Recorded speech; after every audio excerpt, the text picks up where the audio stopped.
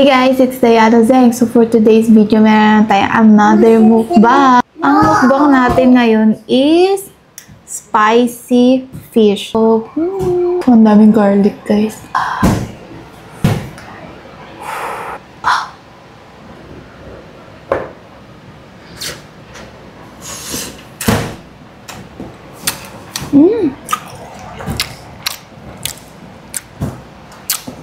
Lambot ng isda. Hindi ko alam kung anong tawag dito pero malaki siyang isda na kulay itim. Pag pumunta kayo sa mga Chinese restaurant, usually ganitong isda yung ginagamit nila. So, try natin. Ooh! Pakita ko sa inyo yung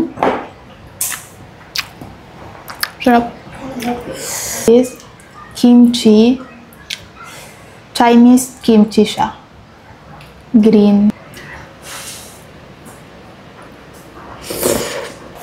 Itong Chinese kimchi na to guys, medyo maalat lang siya. So, pag ginamit nyo siya, kailangan pakuluan nyo muna siya. And then, saka nyo siya lutuin. If ayaw nyo ng medyo maalat.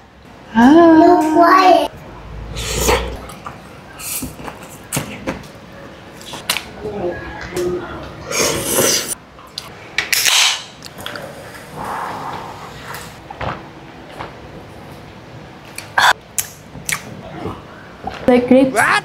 Cheese.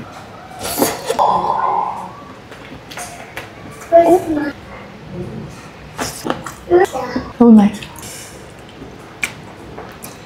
More sauce.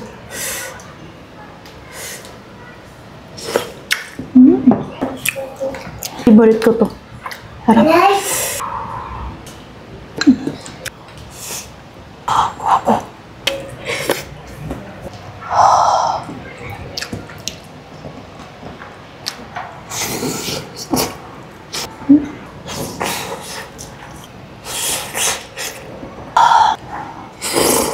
Grabe.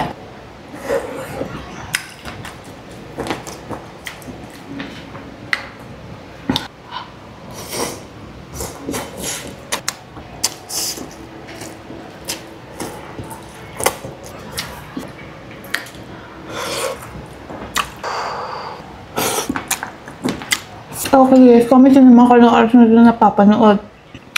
Comment nyo guys kung anong gusto nyo i-mukbang natin sa next video.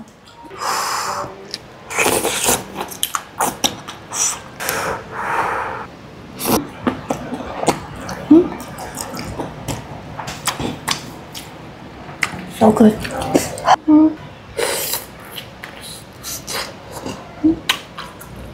Sobrang lambot niya. Sobrang flavorful ng isda. Sarap.